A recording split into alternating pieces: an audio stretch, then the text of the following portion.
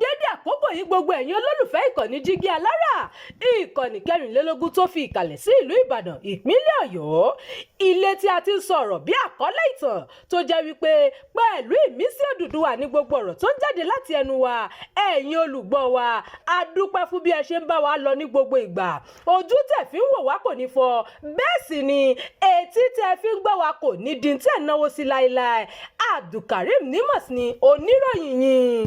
Ọpẹ́ o, ikọ̀ ọmọ ogun dóòlà èèyàn 10, àwọn agbésùmọ̀mí fẹsẹ̀ fẹ ní ìpínlẹ̀ Sokoto. Ikọ̀ ọmọ ogun Fansanyama ti dóòlà àwọn 10 lákàtà àwọn ajínigbé nígbà tí wọ́n kojú ìjà síra wọn ní Gandi ìpínlẹ̀ Sokoto.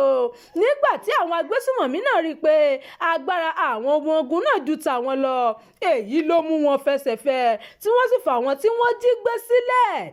Nínú ìròyìn míì, àwọn agbésùmọ̀mí ṣe ìkọlù sí agbègbè kan ní ìpínlẹ̀ Plateau, pa àgbẹ̀ 2. Ó kéré tán àgbẹ̀ 2 ló ti ṣe pẹ̀kí ọlọ́jọ́ wọn lẹ́yìn tí àwọn agbésùmọ̀mí ṣe ìkọlù sí wọn nígbà tí wọ́n wà nínú oko wọn ní Takas ní ìjọba ìbílẹ̀ Pankanshin ìpínlẹ̀ Plateau. Oṣojú mi kòró kan ní agbègbè náà sọ pé ikọ̀ afẹ̀jẹ̀wẹ̀ náà ṣe ìkọlù sí ìlú náà ní ọjọ́ Ajé àti ọjọ́ Àìkú. Ìròyìn fún ti àkókò yìí kò ní jù báyìí lọ. Ẹ má gbàgbé láti tẹ̀lé ìkànnì yìí. Ẹ máa bá wa pín ká kí ẹ sì fi èròǹgbà yín sí abala àríwísí.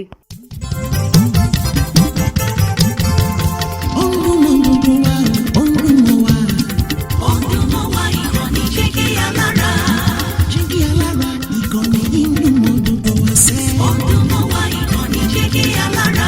Ètò tó fún ni lóye, ètò tó wà ní lọ́yẹ̀ wà ń bẹ̀. Odùmọ̀wá ìkànnì Jígí Alára. Ìròyìn lóríṣiríṣi tàbí mọ́ bó ṣe ń lọ láwùjọ.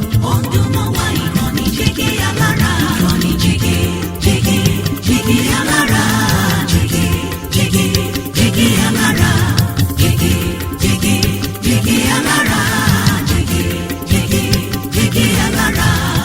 Ìkànnì Jígí Alára 24, bàbá gbogbo.